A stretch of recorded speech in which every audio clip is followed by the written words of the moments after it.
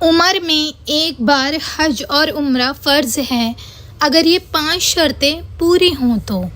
پہلا ہے اسلام، یعنی مسلمان ہوں، عقل ہو، سمجھدار ہو، بالغ ہو، آزاد ہو، استطاعت ہو یعنی خرچ اور سفر کی طاقت ہو۔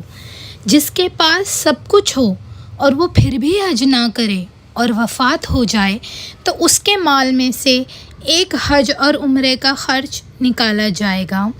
کسی کافر یا پاگل کا کیا ہوا حج صحیح نہ ہوگا۔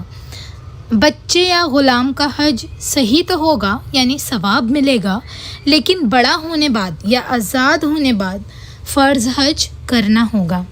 اگر کوئی غریب قرض لے کر حج کرے تو حج ہو جاتا ہے۔ پہلے اپنا فرض حج کرنا ضروری ہے، پھر ہی کسی اور کی طرف سے ہم حج کر سکتے ہیں، یعنی کہ حج بدل۔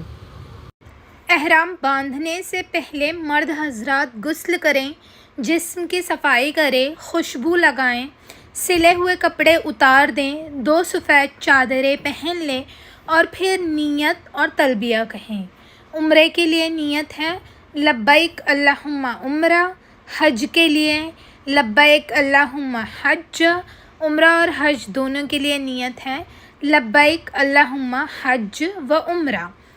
اور حج کا ارادہ کرنے والا جب اپنی سواری پہ بیٹھ جائے تو تلبیہ پڑھے، لبیک پڑھے۔ میننگ ہے اے اللہ میں حاضر ہوں، حاضر ہوں، میں حاضر ہوں، تیرا کوئی شریک نہیں، میں حاضر ہوں، تمام تعریفیں اور نعمتیں تیرے ہی لیے ہیں اور بادشاہت بھی تیرا کوئی شریک نہیں۔ مردوں کے لیے تلبیہ کثرت سے اور بلند آواز سے پڑھنا مستحب ہے، عورتوں کے لیے آواز بلند کرنا مستحب نہیں۔ اور جب حاجی احرام پہن لے اور نیت کر لے تو اس پر کنڈیشنز اپلیکیبل ہوتی ہے احرام کی، تو یہ کام اسے کرنا منع ہو جاتے ہیں۔ تو یہ ٹوٹل 9 ہیں کام۔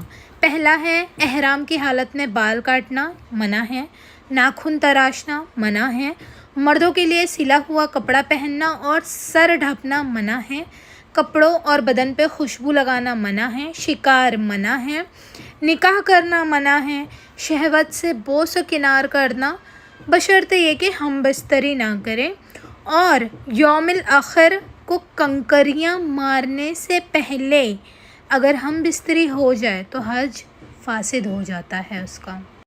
حج 3 طرح کے ہیں۔ پہلے ہے حج تمتع، اس میں آپ پہلے احرام پہن کر عمرہ کی نیت کریں گے اور عمرہ کریں گے، پھر احرام نکال دیں گے اور حج کے دنوں میں پھر آپ الگ سے حج کا احرام پہنیں گے اور حج کی نیت کریں گے۔ اس طرح آپ حج اور عمرہ دونوں الگ الگ کریں گے تو حج تمتع ہوگا۔ دوسرا ہے حج قران، اس میں آپ نے عمرہ کی نیت کی، عمرہ کیا اور احرام نہیں کھولا، you are still in the condition of احرام، اینڈ اسی احرام میں آپ پھر 8 ذی الحجہ کو حج شروع کریں گے اور حج کمپلیٹ کریں گے۔ تیسرا ہے حج افراد، اس میں آپ نے ڈائریکٹلی حج کا احرام باندھا اور صرف حج کی نیت کی، کوئی عمرہ نہیں کریں گے۔ اس حج میں قربانی بھی فرض نہیں ہے۔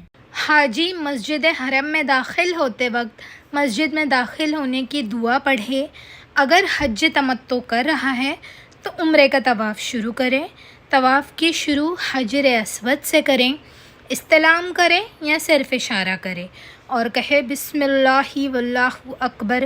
ہر چکر میں استلام کریں اور اسی طرح 7 چکر پورے کریں۔ رکن یمنی اور حجر اسود کے درمیان ربنا آتنا فی الدنیا حسنۃ وفی الآخرۃ حسنۃ وقینا عذاب النار پڑھیں۔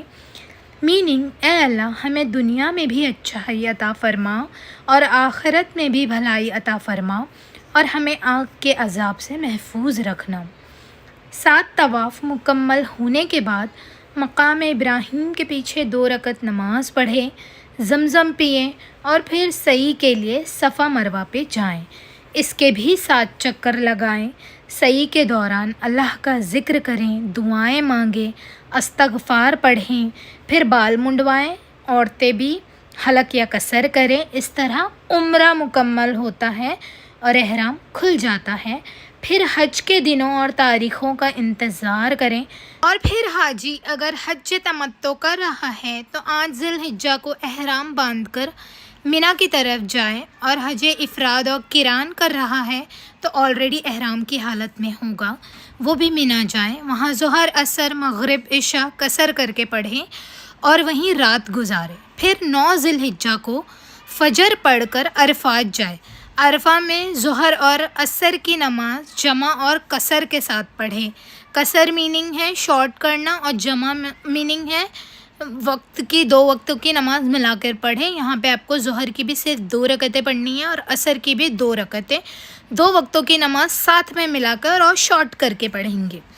اور حاجی کو چاہیے کہ عرفات کے میدان میں لا الہ الا اللہ وحدہ لا شریک لہ لہ الملک ولہ الحمد وہو علی کل شیء قدیر کا ورد کثرت سے کرے، میننگ اللہ کے سوا دیر از نو ریئل گاڈ، وہ اکیلا ہے، اس کا کوئی شریک نہیں، بادشاہت اسی کی ہے اور ساری تعریفیں اسی کی ہیں، اور وہ ہر چیز پہ کامل قدرت رکھتا ہے۔ دعا اور استغفار کریں، پھر آفٹر سن سیٹ اللہ کا ذکر کرتے ہوئے اور تلبیہ پڑھتے ہوئے مزدلفہ جائیں، اور وہاں جا کر مغرب اور عشاء کی نماز اگین ملا کر اور قصر کر کے پڑھنی ہے، پھر وہیں رات گزارنی ہے، اور 10 ذی الحجہ کو مزدلفہ میں فجر کی نماز پڑھ کر حاجی دیر تک دعا کرتا رہے اور سورج نکلنے سے پہلے مینا جائے، اور جمرہ عقبہ کو 7 کنکریاں مارے، ہر کنکری مارتے وقت اللہ اکبر کہے، پھر قربانی کروائے اور اپنا سر منڈوائے۔ اس سٹیپ کے بعد حاجی کے لیے عورت کے علاوہ ہر چیز حلال ہو جاتی ہے۔ 10 ذی الحجہ عید کا دن ہے تو حاجی عید سیلیبریٹ کر سکتا ہے، اتنے سٹیپس کر لینے کے بعد خوشبو لگا سکتا ہے، سلے ہوئے کپڑے پہن سکتا ہے، یہ ساری چیزیں حلال ہیں ایکسیپٹ عورت ابھی حلال نہیں ہوئی ہے کیونکہ سٹیپس ابھی حج کے باقی ہیں۔ اس کے بعد حاجی مکہ جا کر طواف افاضہ کرے، یہی واجبی طواف ہے، اس کے بغیر حج مکمل نہیں ہوگا۔ پھر مینا آ کر وہاں واجبی طور پر 3 راتیں گزارے، اور ہر روز زوال کے بعد جمرات کو کنکریاں مارے، ہر جمرے کو 7 کنکریاں ماری جائیں گی۔ جمرہ اولا سے شروع کرے، اس کو 7 کنکریاں مارے، تھوڑا آگے بڑھ کر کھڑا ہو کر دعا مانگے، پھر درمیان کے جمرے کے پاس آ کر اسے بھی 7 کنکریاں مارے، اس کے بعد دعا کرے، پھر جمرہ عقبہ کو 7 کنکریاں مارے اور اس کے بعد دعا کے لیے نہ رکے۔ اور پھر جب حاجی اپنے گھر واپس جانا چاہے تو مکہ سے باہر بغیر طواف وداع کیے نہ جائے۔